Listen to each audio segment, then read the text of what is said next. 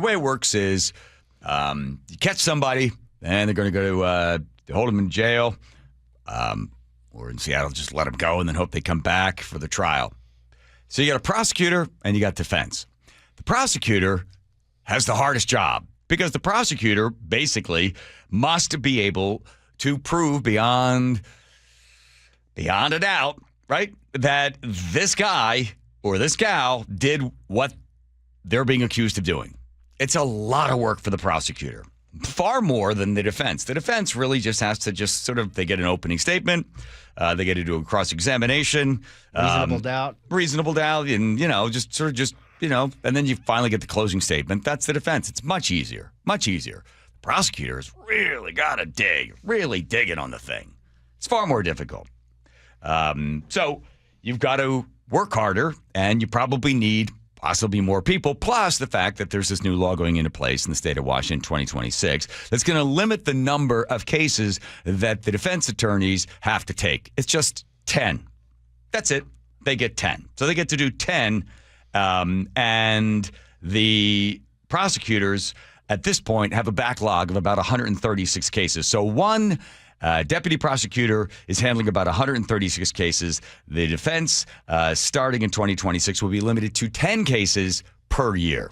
Well, then there was a call for, hey, we're going to need more money because we're going to need more prosecutors because, again, we need to have enough because we actually spend more time working in order to be able to prove that the case beyond a reasonable doubt. So when they were asked for money, as it turns out, there's zero money for you. There'll be no more prosecutors, but we're going to hire 17 defense attorneys. What the request was for 21 prosecutors, 21 paralegals, and 17 victim advocates.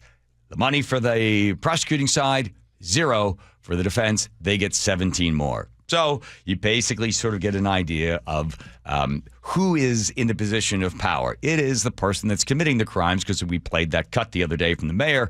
When he hears of somebody that's been arrested 6 or 7 times, what he says is, I really want to know, is he hungry or what's his story and why is he like this? And I don't really want to put that person in jail. Well, don't worry, you won't have to put him in jail because they're not where they're going to prosecute him. The defense will have the power and the position to be able to limit the number of cases, and also they just get more money. So they get 17, prosecutor gets 0. And you wonder, why? Why are people moving out of Seattle? Why don't people feel safe?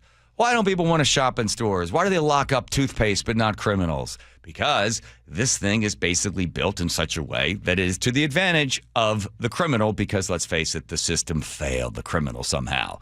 Because we heard in that debate on Thursday, the mayor is deeply concerned as to whether or not that person's been arrested 6 or 7 times. Do they have enough food? That is ridiculous. I mean, I don't understand how you're supposed to prosecute any number of cases. They don't have to. It's a big backlog. So think about it. It's so weird that the victim that gets victimized all over again because they can't bring the case forward. They don't have anybody to work on it. If one prosecutor's got 136 cases, and a lot of these cases involve kids and sexual harassment or rape or, a whole bunch of crap, just disgusting stuff done to these kids, and your child comes forward and you want justice to be done, and the wheels of justice will turn so slowly because they're just overwhelmed with work. So you're victimized all over again.